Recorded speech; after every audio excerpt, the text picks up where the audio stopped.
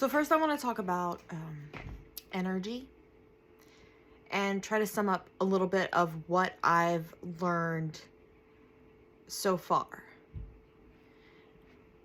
Atomically,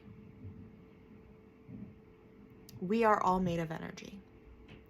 So scientists using like a super microscope or whatever were able to get down to the itty bitty bits of atoms and see that they are actually filled with vibrating energy. So everything around you, a book, a chair, the walls that are surrounding you, the car that you drive or bicycle, your pets, be the objects living or not, man-made or naturally made, it doesn't matter. Everything is made of energy, vibrating at different frequencies. And we just perceive. Reality is what we perceive, and it is a hologram. So another thing to do with energy is vibrating at different frequencies. And this actually ties into the law of attraction, which a lot of people have heard of. Vibrating, you're going to hear a lot of background noise, and I do apologize for that. Our apartments are old and, well, if you were standing outside my front door, you could probably hear me pretty clearly, so I'll put it that way. But I digress. Energy is, okay, so you're vibrating at different frequencies. So everything around you is you are made of the book that you read. You are made of the same thing as the book that you read. You are made of the same thing as the chair that you sit on, the car that you drive, what have you, right? But then when it comes to also, when we think about positive, negative, or what we attract, you want to raise your frequency if you want to attract good things. And you naturally match the frequency of that which you surround yourself with or focus on. So if you are a negative person,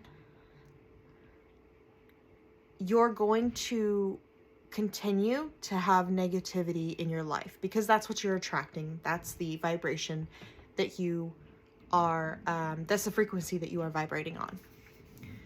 But another thing is, okay, so this is very disorganized, but it's knowledge. Something that's really cool about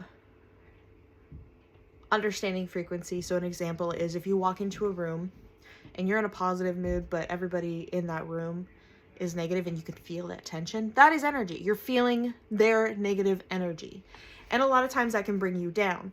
So you also have to think about your surroundings when you're thinking about what level you want to be vibrating on. If you walk into a room and you're not in a great mood or you're down, and then everybody in that room is super positive, or maybe they're doing some religious practice like chanting or meditating or praying or singing, you can actually oftentimes start to feel your own mood lift, and that is your frequency raising.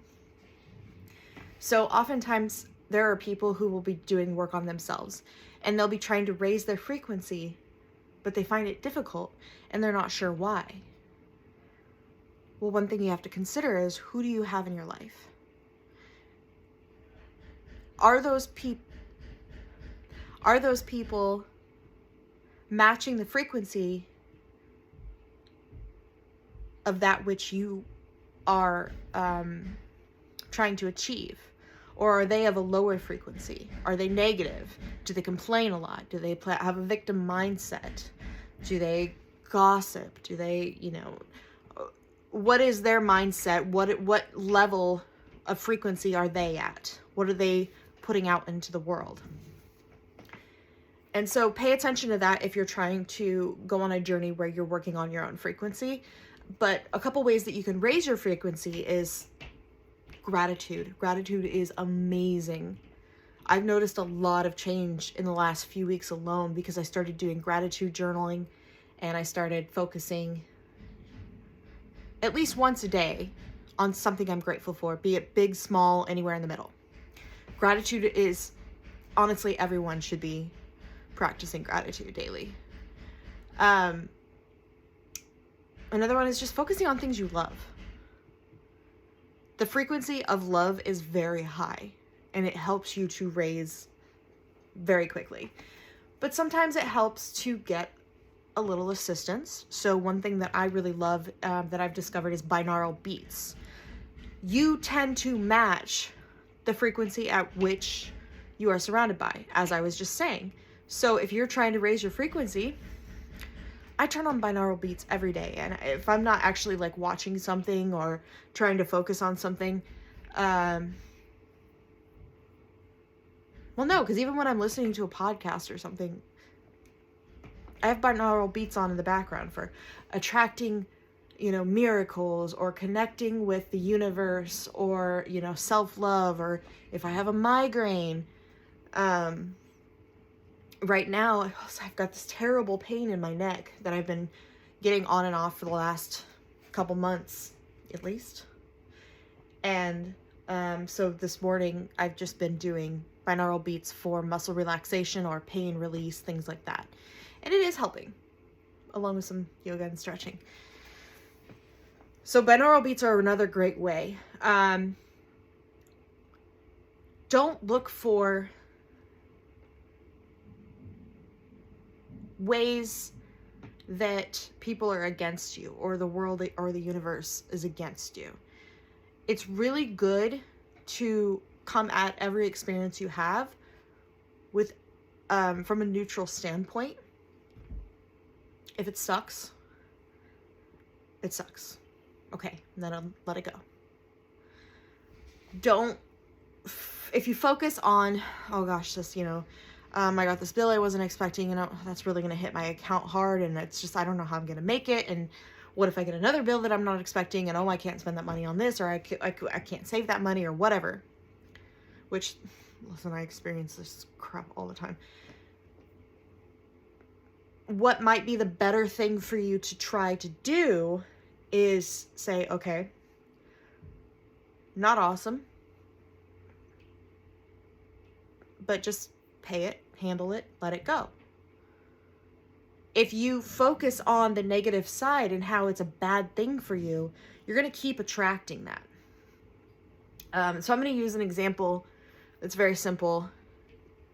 My husband and I have been playing the board game Catan on the VR because we're both introverts, and it's the only way that we can play. It's a 4-player game. So it's really fun, by the way. You're literally playing a board game with little trees and mountains and a little birds flying and a little robber, and you're all sitting around this table, around this board game. And he wears a Viking helmet, and I have a wizard head because I fucking love wizards. So if you don't know about the game of Catan, you're literally building cities and settlements between these. There's 5 different plots of land, styles of land. There's, you can get grain, or brick, or being like mountain, stone, brick, wood, and sheep. So 5 basic necessities for a settlement. And you roll dice, and each little octagonal portion of land has a number on it.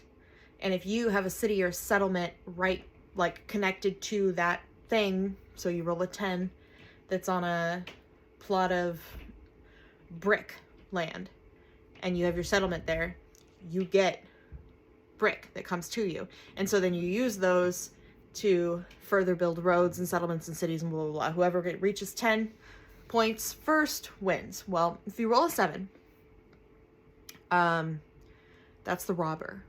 And so you place the robber on a plot of land, and then you steal a card from whoever's connected to that land. And then if that number of their land, so the 10, is rolled while the robber's on it, they don't get the wheat, the grain. But also, if you have 8 or more cards and a robber is rolled, a 7 is rolled, no matter what, doesn't matter if it's your turn or not, you have to get rid of a certain amount of cards. So I found myself in the game, anytime I was with 8 or more cards and I knew that, like, oh, I can get a point this next round, I would be looking at the dice, waiting for it to be rolled, and I caught myself continuously thinking, don't roll a 7, don't roll a 7, don't roll a 7. And then I realized that is attracting a 7 to be rolled. And I even tested it once or twice, and it was accurate. So when I noticed it, I would switch my thinking. And instead of focusing on what I did not want to happen, I started focusing on what I wanted to happen. Roll a 4, roll a 4, roll a 4, roll a 4. Didn't roll a 4 every time, but didn't roll a 7. So I've been watching some people on YouTube, and the way that they describe it is the universe does not focus on whether you want something or not. It focuses on what your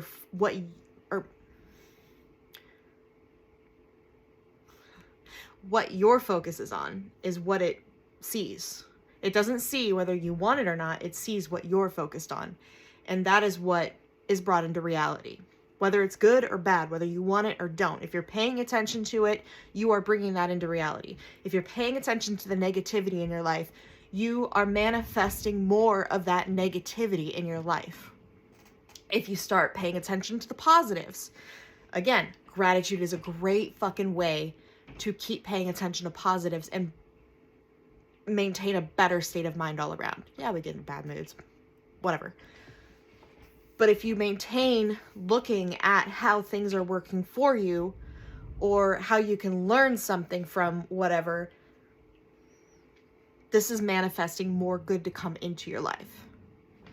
So as a quick example, well, it's probably not going to be quick, I'm talking, but as an example, about a year ago on Christmas, my husband and I were gifted a simple little ice machine so that we could start making smoothies. My husband loves smoothies.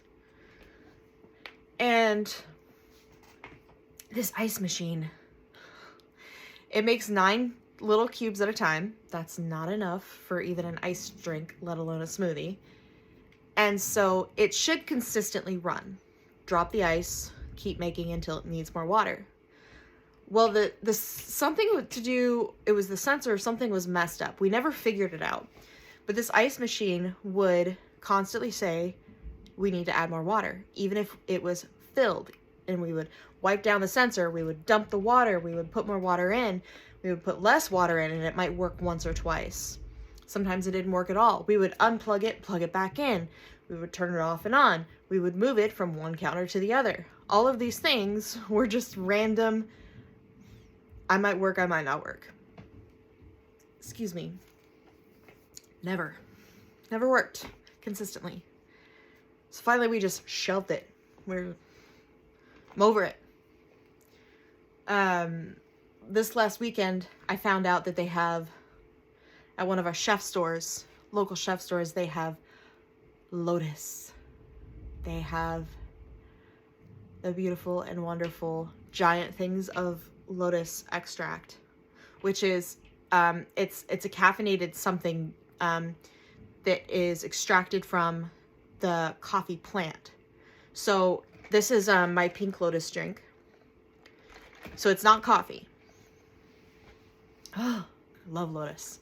So I bought the pink lotus, which is the base lotus I use, and then I bought the 2 syrups that I like to use, pineapple and blackberry. And then I got myself some club soda. And boom, there you have it. And I was like, you know what? I'm going to make that ice machine work. Even if I have to, like, I don't care. I'm going to make it. It's going to work. Even if it takes 5 days to make a cup's worth. That's fine. So I got home. I plugged in the ice machine. turned it on. It dropped 9 cubes after it ran its cycle. And it said add more water. Okay, here we go again. So I unplug it, plug it back in, because when I hit the, of course I checked to see if it was going to actually work.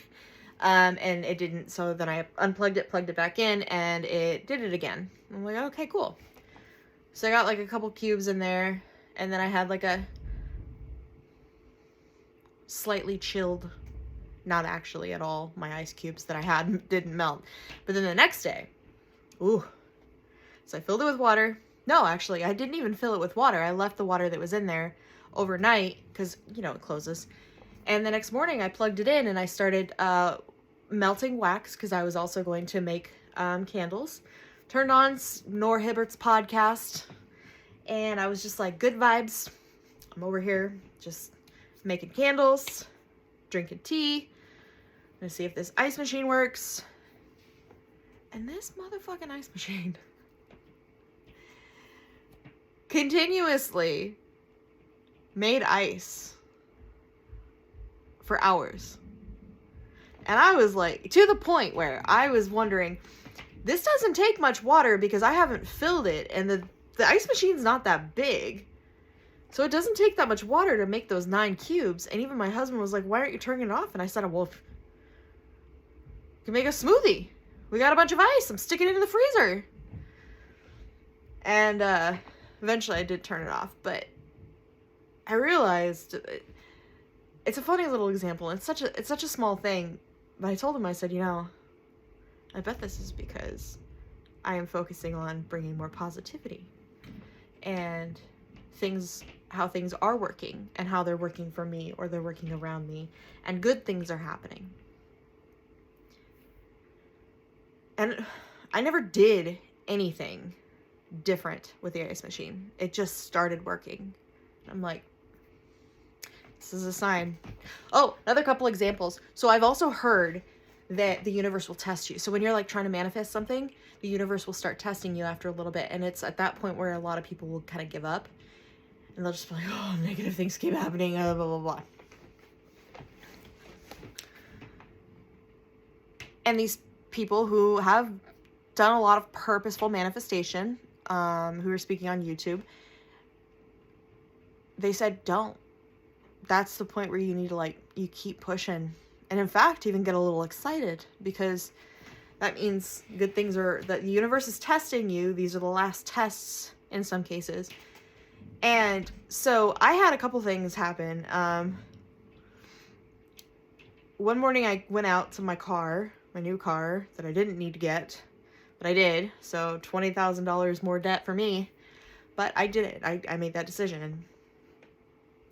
I'm literally going to pay for it, but I found there was a weird protrusion. There was like a bubble sticking out the side of my tire, and I was like, that can't be good. So I sent a picture of it to one of the aircraft mechanics at the company that I work with, who works night shift, and I knew he would still be there, and I was getting ready to leave for work. And I said, hey, do you know what this? And then I also Googled it, and it said, everything said basically just change your tire immediately. Change it immediately. Well, I live down in Tacoma, but one of the surrounding town areas of Tacoma, and I work up right by the airport. So it's a 45 minute to an hour drive on I-5 with no traffic. So I was like, well, I can't take this to work. My tire will pop. And then a couple minutes later, the mechanic texted me and said, yeah, don't drive on that. So I texted my boss and said, hey, I can't go to work. I got to get this tire changed today. And, I didn't really want to pay for a new tire. And I actually really didn't have the money to throw down on a new tire. I was still needing money for gas for the rest of my pay period. And I still needed money to eat, things like that. And I thought, okay, this isn't ideal. But this is just the universe testing me. And I'm going to maintain positive outlook. I'm not going to look for further things to go wrong. It was 1 tire, not 4, not 2. And thank goodness I noticed it, because if I drove with that, I could have gotten into a wreck. I could have harmed somebody, or myself, or both.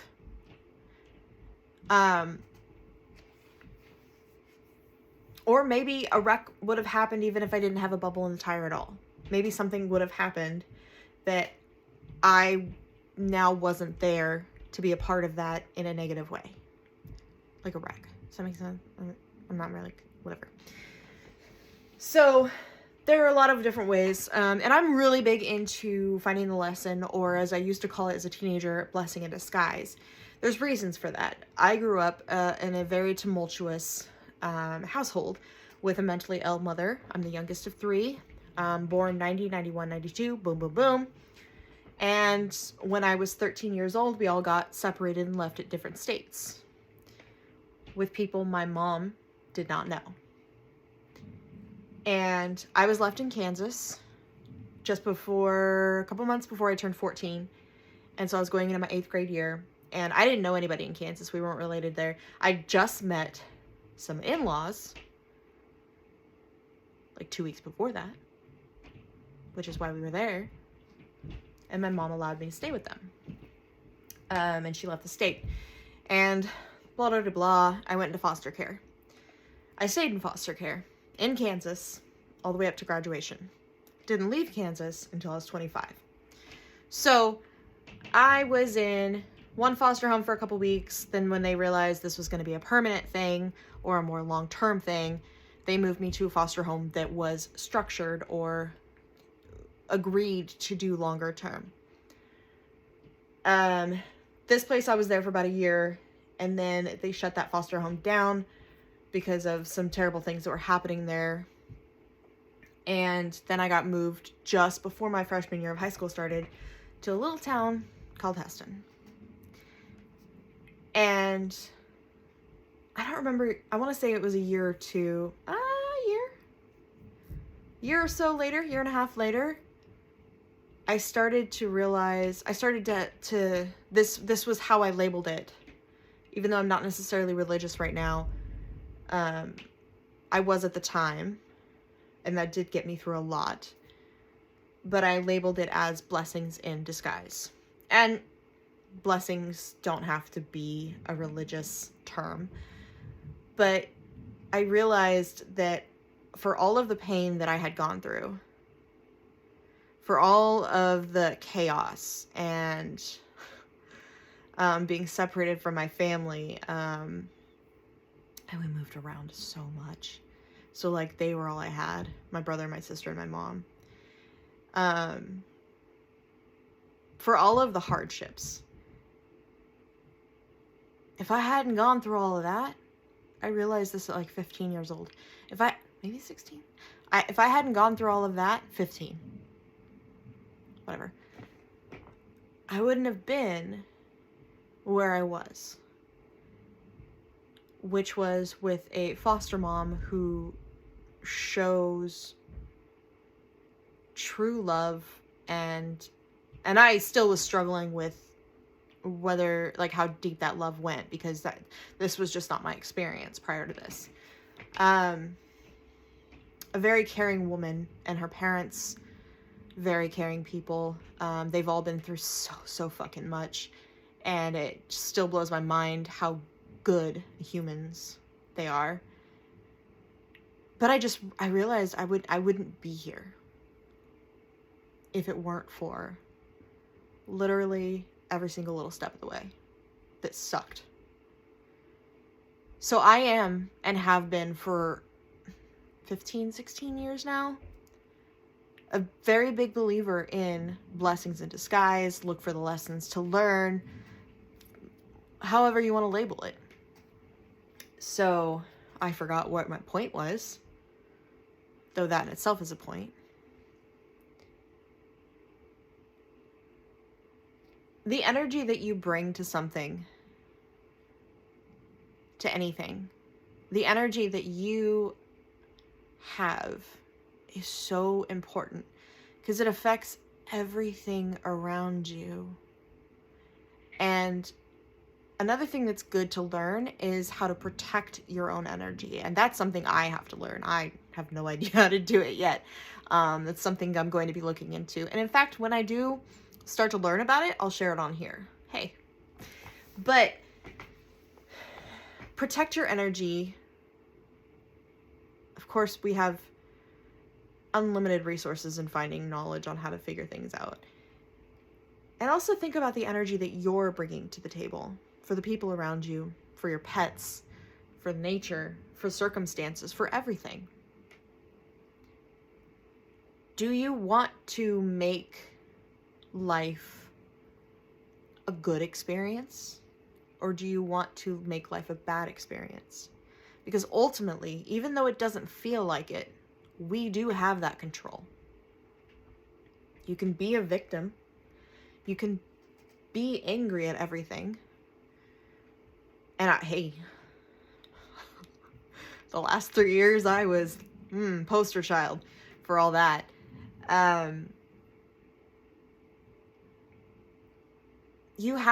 Ultimately you have the choice to be what it is you want to be, to bring whatever energy you want to bring to the table.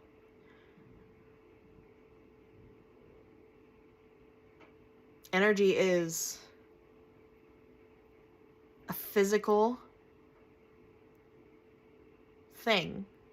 I say physical, but you could really break that down, couldn't you?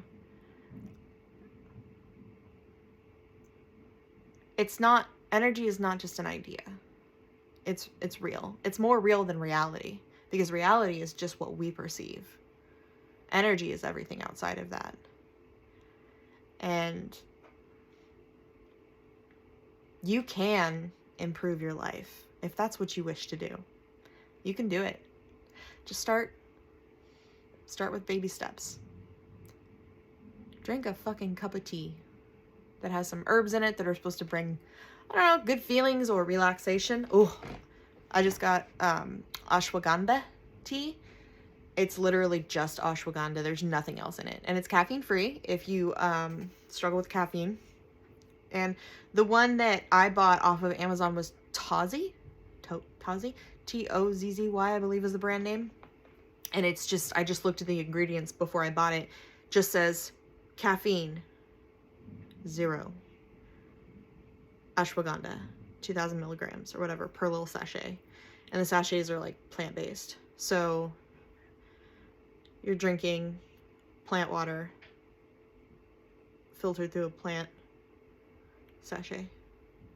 And it's nice because it's not a strong taste at all. I was kind of concerned it would be. And it's not. As my husband described it, he's like, I feel like I'm drinking minerals. It's very relaxing. It's very calming. And I'm going to try to look up more about stress and how absolutely dire and horrible stress is for us on the levels that we tend to, at least in the American regular, like, not regular, more common American culture.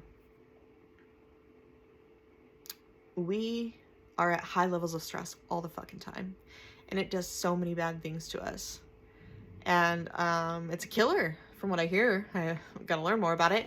But ashwagandha is one that immediately, it's very strong in helping to lower those cortisol levels, to relax you, calm you. And there's a drink that I was doing for a while, but it's a little out of my price range. And they got rid of my favorite freaking flavor, lemon tulsi, but it's Moment. It's called Moment. And it was a Shark Tank starter, and they're really good drinks. They're I think she calls them meditation in a can or something like that. And they have ashwagandha in them that's supposed to help you calm and relax. So my husband and I, we had this tea. We tried it the other night. And again, it's just ashwagandha. And we both immediately, upon finishing, through finishing our cups, we immediately I felt calm. He got tired. He went to bed at 9 p.m., which is like insane. So early for him. But that's really good. I would look that up. If you don't have any, I don't know if somebody, I mean, yeah, someone could be allergic to it. But yeah, look that up if you're interested in finding a tea to relax you. But you can do a lot of things to raise your own energy, your frequency, your vibrations. And just look for goodness. Not everything's good. I get it. I'm a realist in that way. I've been a cynic for 31 years. It's actually a big part of my personality that I think is going to be hard to let go, because I would have pride in that in a weird way. I think in the way where I felt that it was a part of me being a logical person. I wasn't an overly emotional person. And watching my mom be my mom, I think I've grew up feeling that being an emotional person was bad, because she's an emotional person, but the emotions that were coming out of her and the ways that they were coming out of her were really, really, really, really toxic a lot of the time. So I think I just discovered that right now. I felt that being an emotional person was bad for me to be. And so I took pride in the cynicism, because I tied my cynicism with logic, because it's often how I thought. So, this is really good, actually. I love this. I love this. I'm blanking out, and I can't be doing that because I'm recording. And I'm not editing this video. So if you have any thoughts, if you have anything that you want me to look into to cover, comment down below. And comment down below what you do to bring about more positivity in your life. Because you never know. That could help me. It could help another, I was going to call you listener, viewer. It could help somebody else who reads the comments. So share that down below if you would, and go ahead and hit subscribe if you're enjoying this channel, or if you're looking forward to what will come from this channel, and hit the little bell icon. And yeah, this is Unifying Wisdom. I guess I should say that on the channel. And my name is Chandra, and I'm really stoked to be here and learn with you.